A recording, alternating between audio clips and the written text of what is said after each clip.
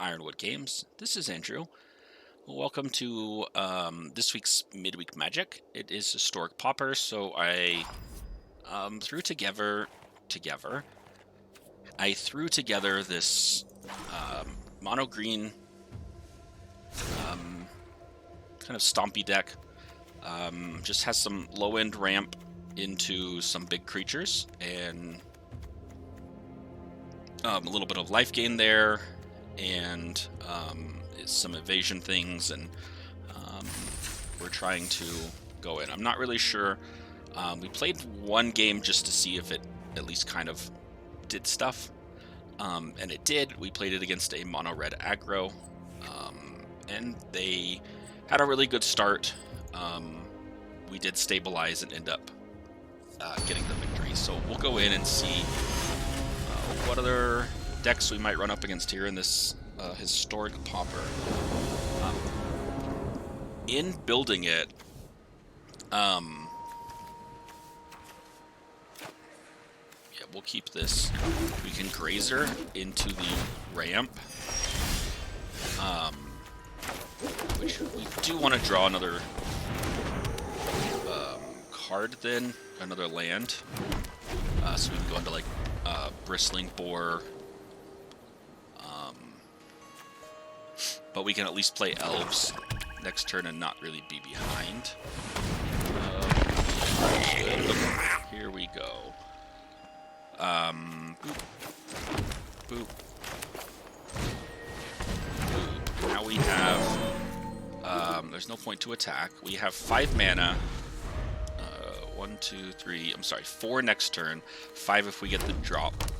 The land drop, which we could play this guy, but I think Bristling Boar is probably the better play.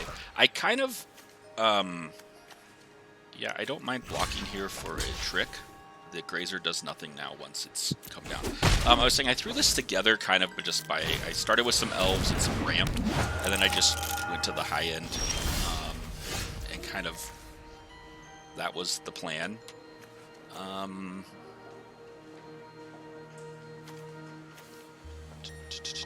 Sacrifice an art, put a +1/+1 counter on it, activate only as a sorcery. So we can get this guy down since we didn't hit the land drop.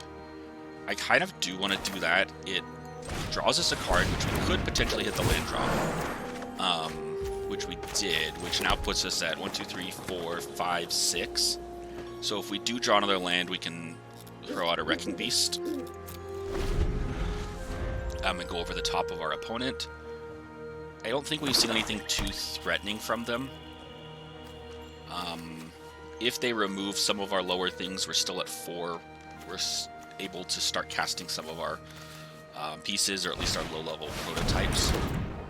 Yeah, so they got rid of something. They took our Grazer to sack it. Okay, like they did something here.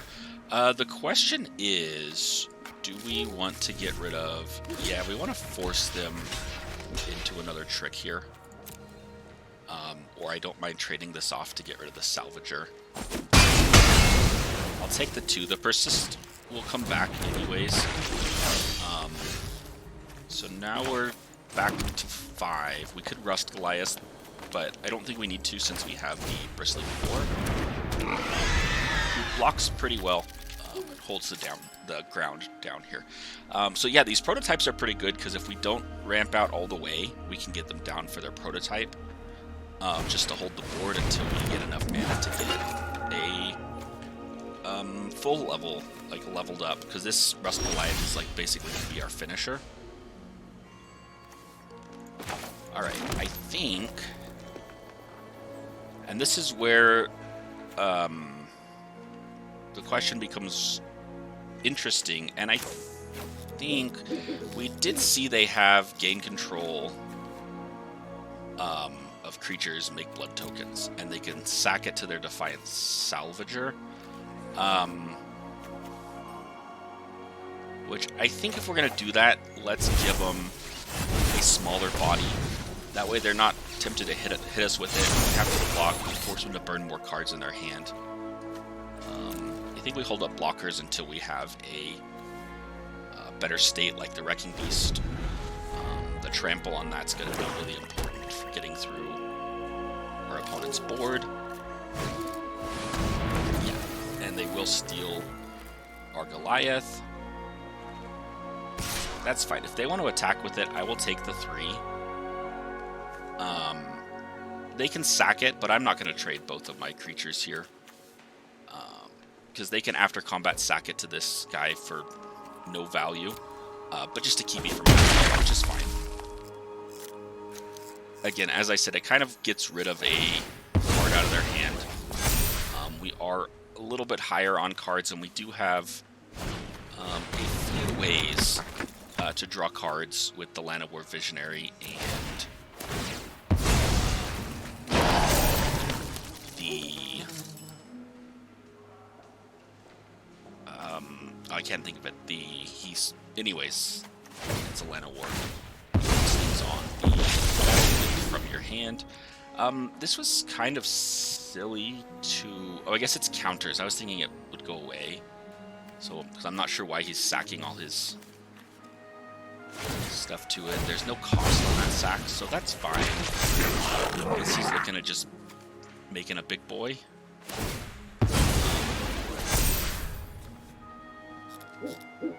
Unless he's gonna throw it at our head, it seems to me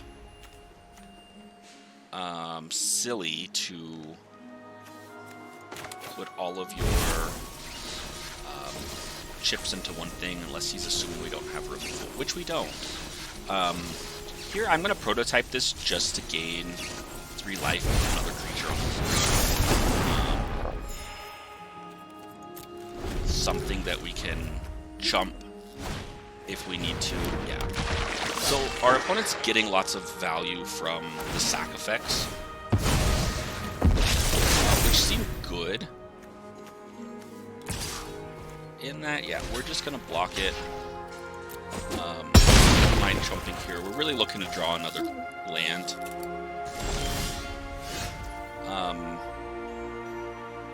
So we don't have a land to play. I'm going to put out Razor just as a chump. The question is, do we also go to gain life? Just because he does hold back the other pieces. No, I think because if we draw a land, we can play this at 7 and then play that. And so I think 1 blocker is enough. No attacks. End turn. Kind of, I think we're at force our opponent into having a plan and getting it over us, because your best option is to steal one of my creatures so that then I don't have an easy chump. Doesn't look like he's going to have a way to give this trample. Alright, there we go. There is our land. Thing we don't want to do really is, so if we play out the 6/5, I don't want to give him a good target on that. We gain 6 life. This will force him, because 10 power is enough to stop here. He would have to sack both of his creatures to get it to 11 to overcome us. The question is, do we even give him that option? Do we attack for 4? We're not going to block.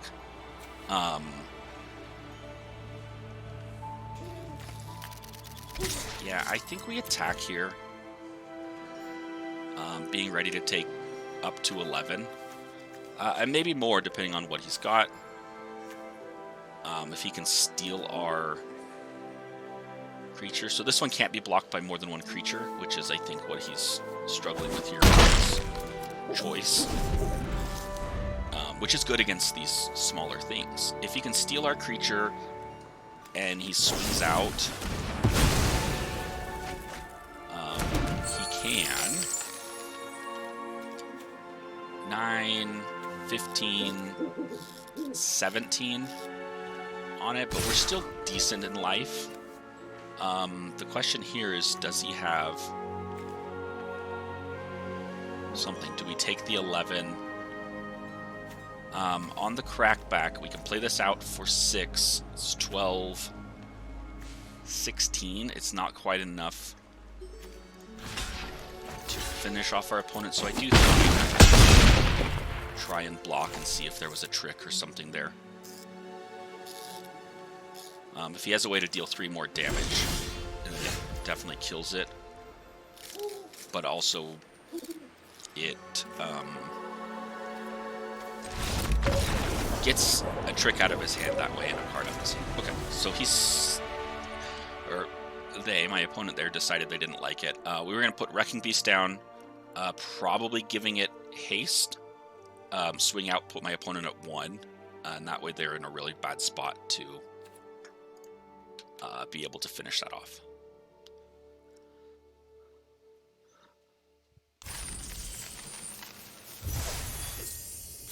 Let's get some prizes. A Slogurk the Overslime. Cool. Okay. All right, let's go play another one here.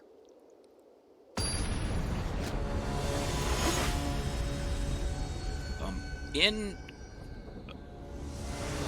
the building too, I really tried to build for consistency. I mean, it's Pauper, so I have, lots of commons. But that was the other thing that I liked in opponents just had enough of that one, so we'll get our free win there. But I wanted to make sure it was consistent in making sure we had 4s of everything. I think the Rust Golem, one of those, I think it's the Rust Golem, I only have 3 of, and so I have a random 1 of for something else. Cool, got a card style. Let's go in for a few more. I'll get you guys, it's only been about 12 minutes, so we'll see if we can get you guys a few more games.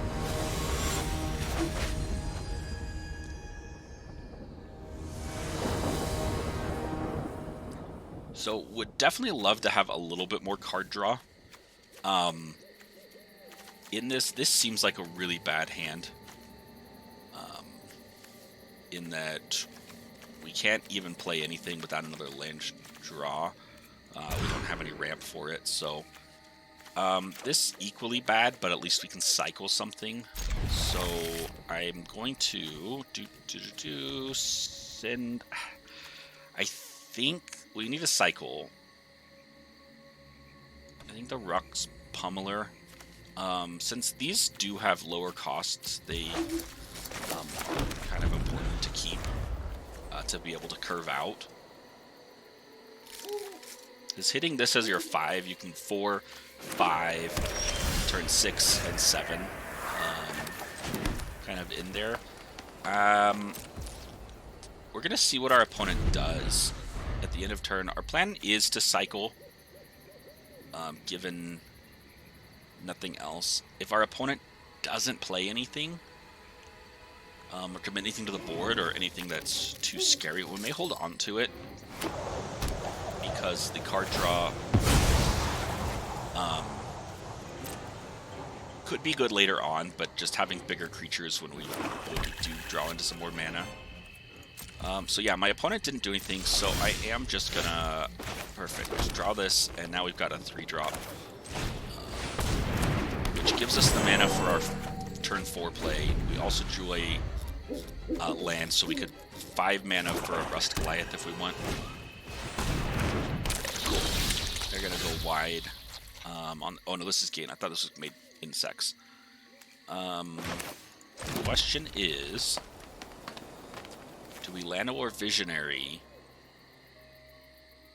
Would put us 1, 2, 3, 4, 5, 6. If we drew another land, then we're at 7. But if we don't,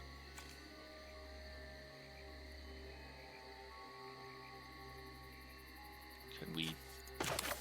I think we do. Our opponent hasn't done much. We've seen black, green. They might have some removal. And then we did draw a land off of that. So, and we had 2 chances to hit a land, right, with getting the draw off of that. So I think playing the Visionary makes sense. We'll be at 7, which means we can play out either the Greater Sandworm or the Boulder Branch Golem. I think this is the play. Can keep that in case we need to cycle. I don't see why we'll need to cycle, but I could see a situation where we want to cycle. This 1/5 is really interesting. Looks like we're going for some butts here. But our 6/5 definitely... Ooh, nice. Outclasses those, and I think we're going to be the aggressor here. On our next turn. And the Bristling Boar is interesting. There is going to be, in theory, a turn in the future where we can play a 3 and a 4. If we draw like another Visionary or something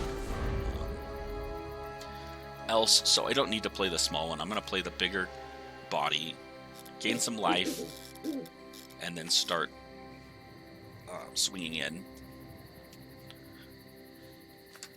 I would not be upset if my opponent put another creature on the board, just to see more of what's in their hand. I don't like them having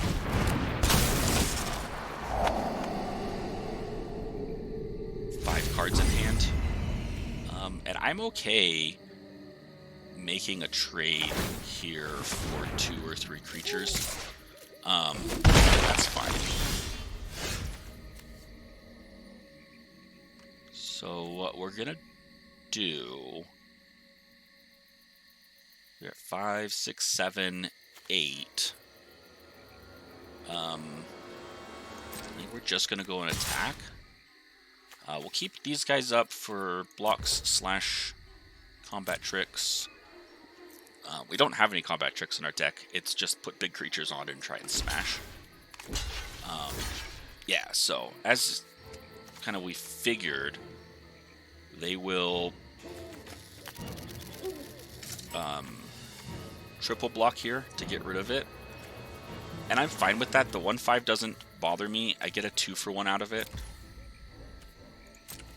I have other big things to put on the board.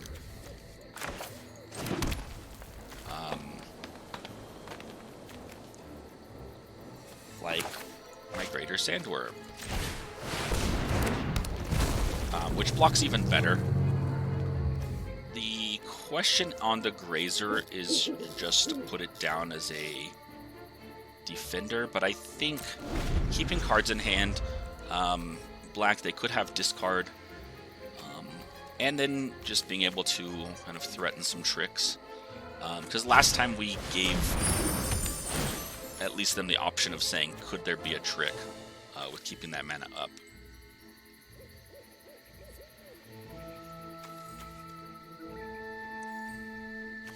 I'm really not sure what my opponent's kind of going for here. Looks like it's green-black. I would say it's butts from this 1/3, but then you have the 3/2 here. This is just a vanilla creature, so it's uncertain.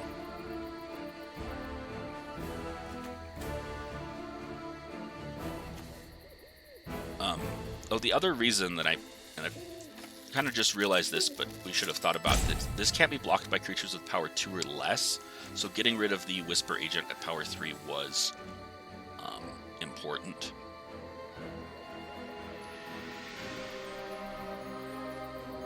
This just gets in for free. I can't block that. My 7 is bigger than yours. This having lifelink on their turn is also potentially problematic. But hitting for chunks of 7 at a time is pretty good.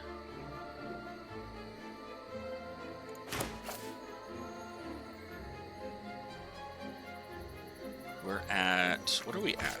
6, 7, 8. So we need 2 more to get there. I kind of just want to keep these Grazers. I'm going to put out the Bristling Boar as another attacker. Because then if I attack all out right now, my opponent doesn't have great blocks. If he decides to attack, I'm happy to trade here for a trick. Cool. Okay. Yeah, the lifelink is going to make it a little bit more where I'm going to have to hit him. It buys my opponent an extra turn, I think, from the sandworm. But if they can't find a bigger creature or a way to kill this sandworm, it is an inevitability here. Yeah, the Gingerbread is fun. It definitely has some evasion on it.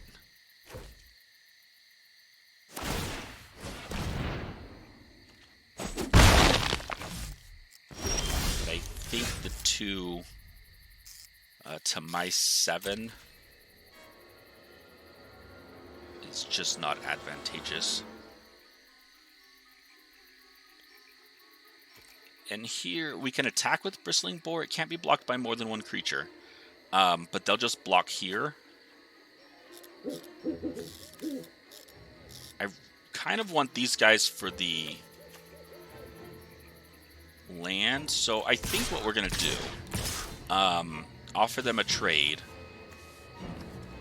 on one of these guys. Keep this up to play my second sandworm. And see what they get, because they can either chump and bounce here or bounce and trade, which I think is the right decision, is a bounce and a trade, or they can just take 9. I would like to get rid of this Leech Fanatic just because the lifelink is problematic. The only downside with doing this is they will know that we do not have a combat trick, because if we had a combat trick, we would probably take out this pangolin. It just opens up much more attacks for us and better pieces. Or we could protect our visionary on it. So it's pretty, I think this is pretty clear to our opponent that we do not have a trick. We'll see, do they have a trick?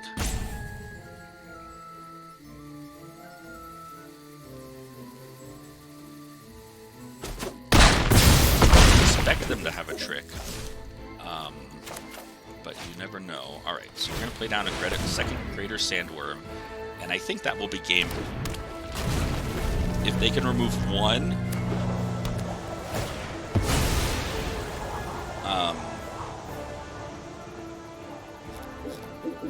they are still alive, but then they still have to deal with it.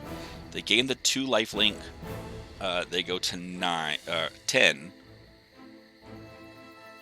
They can survive 1 sandworm, which they can already do.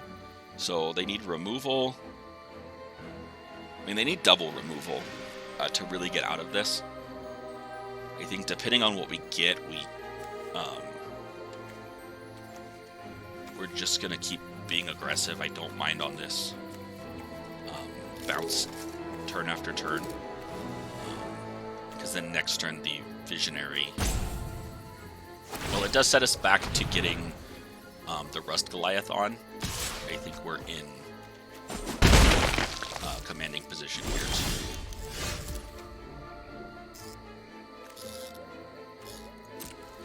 Take it.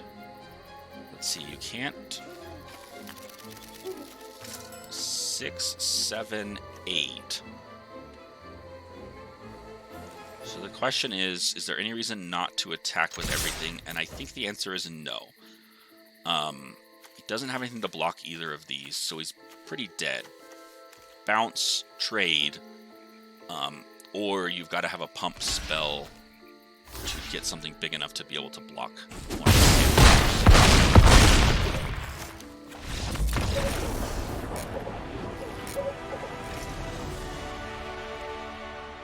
Alright, there you go. So, ramp into big guys, little green Stompy.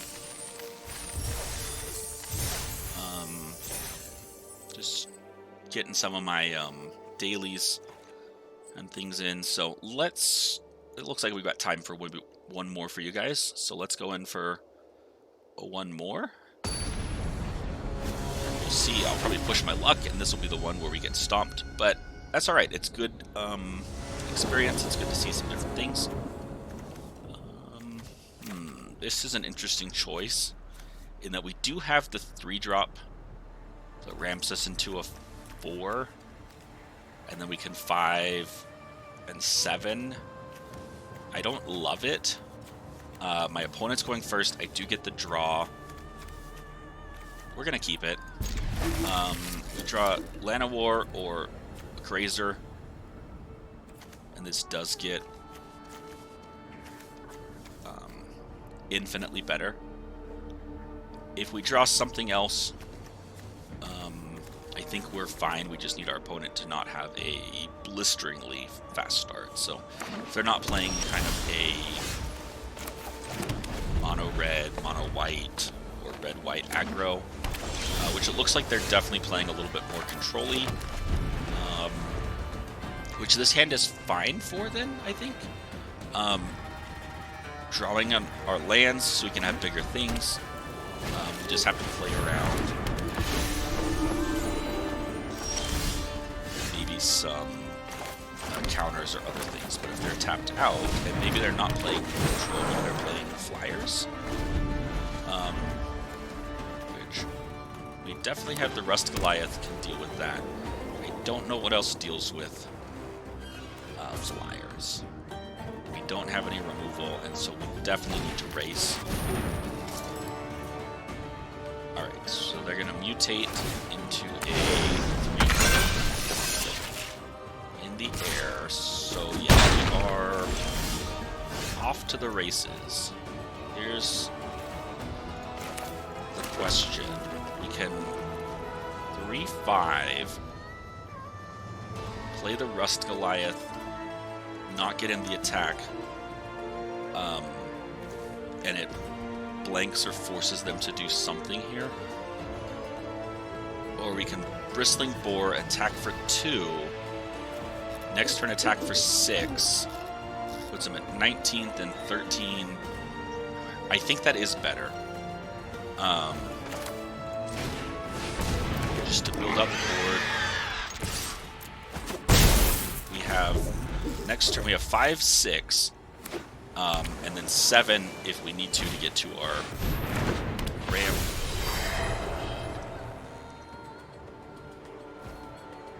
Okay, that's fine. They'll tap down a thing.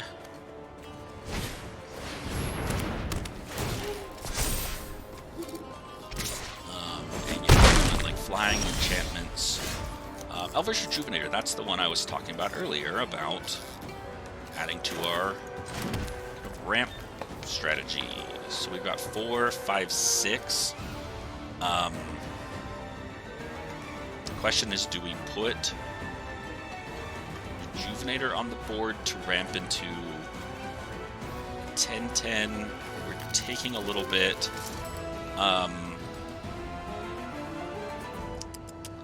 1, 2, 3, 4, 5, 6. So we're at 7 next turn.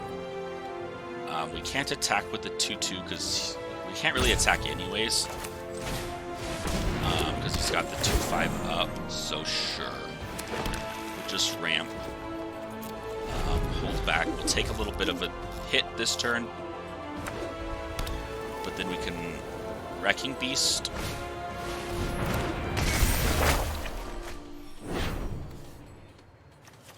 And we do want to be careful about running into any counter spells or anything.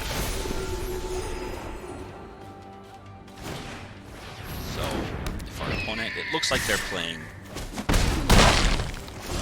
Azorius Flyers in our 6, 7, 8. So we're almost there. I cannot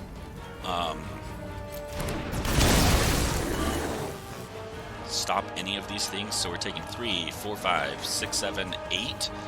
Any pump spell kills us, so I think we just have to put the pressure on and see if we can't force trades. They're good.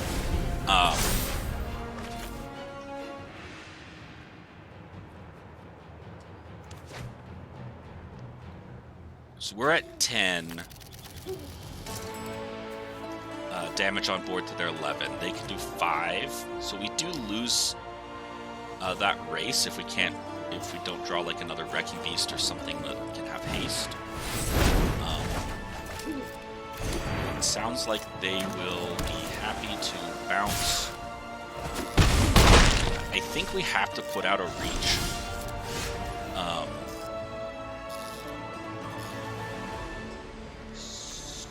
So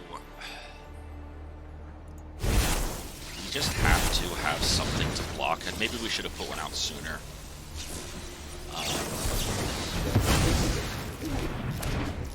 Yeah. Yeah. I just don't. I think we're dead. As I said earlier, we gotta watch out for that counter, but I don't think there was anything we could do at this point. I think putting out the reach creature earlier might have been the best option.